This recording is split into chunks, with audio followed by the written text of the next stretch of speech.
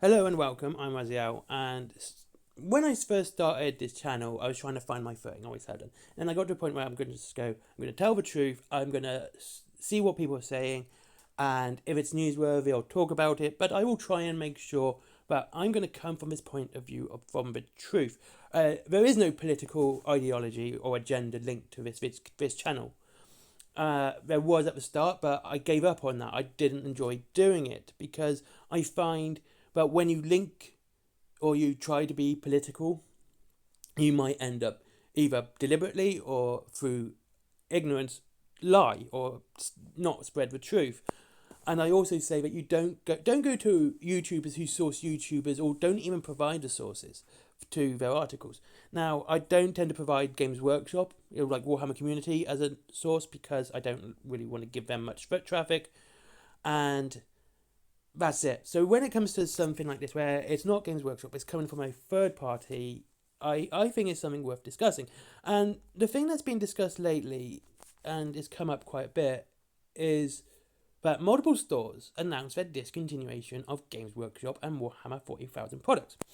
Now, for a start, this is on the Fandom Pulse website, and if I was the editor, I should say, I would have told the writer to go back and rewrite it, because this is a politically bent editorial. It's absolutely political, and that's the problem. So no, it does talk about discontinuation, and the multiple stores bit is technically true. Insert Futurama scene here, the best kind of truth, best kind of true. Yeah, so that is.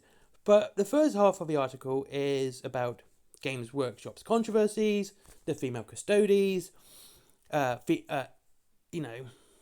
gaslighting, because bad writing, and Sargon of Akkad being in Warhammer Fantasy. And that's about it. That's most of the article. So you've got to really scroll down before you get to the actual stores that aren't continuing them.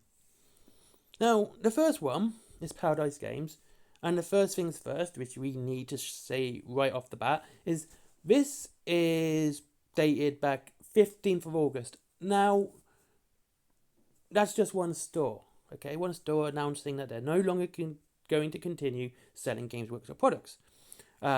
They've said that they're going to stop it. It's on August the 15th, and all models are 35% off, and they will continue until, once it's gone, it's gone. But they will continue selling paint, the Citadel paint.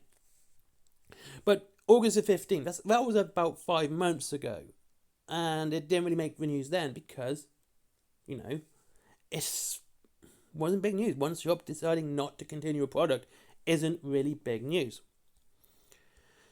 And on December the 4th, so 2 weeks ago, well, was it? Yeah, 2 weeks ago? 20 days ago? So almost 3 weeks ago, actually. RIW Hobbies posted on Facebook that they were going to stop it. And the reason they said it was because of the bad customer service they were receiving from Games Workshop. It's quite a long post. I'm not going to read it all, but it's basically the sales rep wasn't really doing his job, wasn't returning calls, wasn't giving him his order on time, and stuff like that. So it's bad customer service. Good reason to drop a product.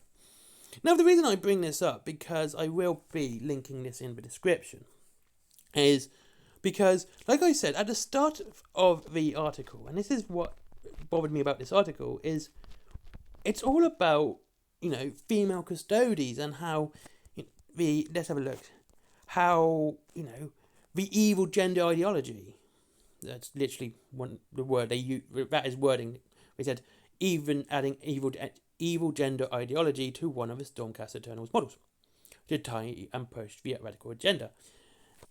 So that's the problem. See, this article is politically bent, and yes, I will do this with the left as well. Like I said, I want to tell you guys the truth. I want to make sure you guys know everything that's happening, and that's it. And so when they start with all this political nonsense at the start, like I said, if I was the editor, I would have told him to go back and rewrite it, because none of that at the start is anything to do with the actual stores closing.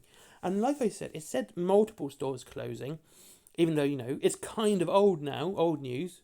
August 15th, December the 4th, so minimum 3 weeks since actually being told this. And Empire Games, who have never stopped Games Workshop, they're well worth going to as well.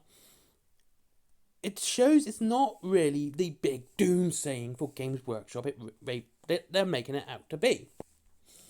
It's not the big, oh no, lots and lots of stores. It's 3 stores, and one they don't mention because they never stopped Games Workshop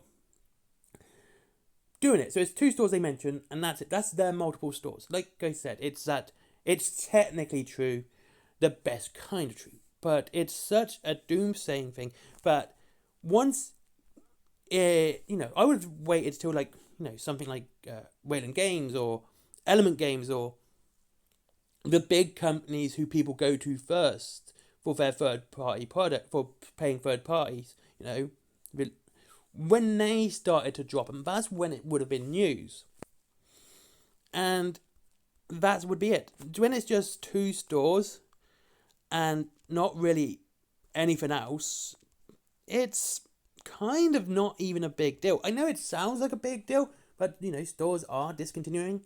I mean, if my local store discontinued it, I would have to get Wargaming in elsewhere because they only sell Games Workshop. Well, they sell other models too. They sell loads of models like Tamiya and Airfix and stuff like that, which is cool, but only Games Workshop for Wargaming. It wouldn't be a big deal. It wouldn't be a big scene. It's just one small shop in a town that's no longer going to continue Games Workshop, and that's it. And like I said, this is one of those things where it's doomsaying when it's not really doomsaying at all. It's just being hyperbolic about the articles and what's actually being said. And when it starts with a bent political agenda at the start, they are obviously trying to convince you that they are on your side. Now, I don't like doing that. I think it's absolutely evil. Like, you can't complain about one side promoting their ideology when you are actively promoting your ideology. You can't. It's not right. It's absolutely hypocritical. Now, I know I feel like I'm putting Fandom Pulse on blast here, but I do think it's important to say. And so basically, if you watch this and you've seen the other videos talking about it, it's just basically one article talking about it, and ignore anecdotal evidence at all times because it's just someone who's clicking on the internet saying, oh yeah, my store's doing this too. And the thing is, there's no evidence of that, and let's just look at the comments. Everyone should be no. Yeah. It's really no. Yeah, it's just it's coming from a political point of view, and if you're going to argue against politics in war games, that includes your politics as well. That includes all politics, not just it's not just the politics you don't like. If you don't want politics in war games, then you remove your politics too. Okay? And if you think something's political and you're disagreeing with it, that's your political point of view, you're against that. Me, I want to play games. I want to read the stories. I want them to be good. That's it. That's kind of the long and the short of it. What I believe everyone should be going for. Anyway, thank you very much for watching. If you want to save money on your Warhammer, which Whaling Games still do, there's them down below, 20% off and free delivery after £20.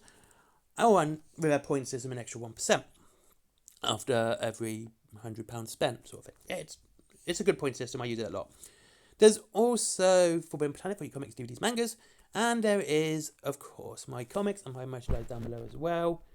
And there's Skyforge. Don't forget Skyforge, and finally Patreon because business. Bye bye.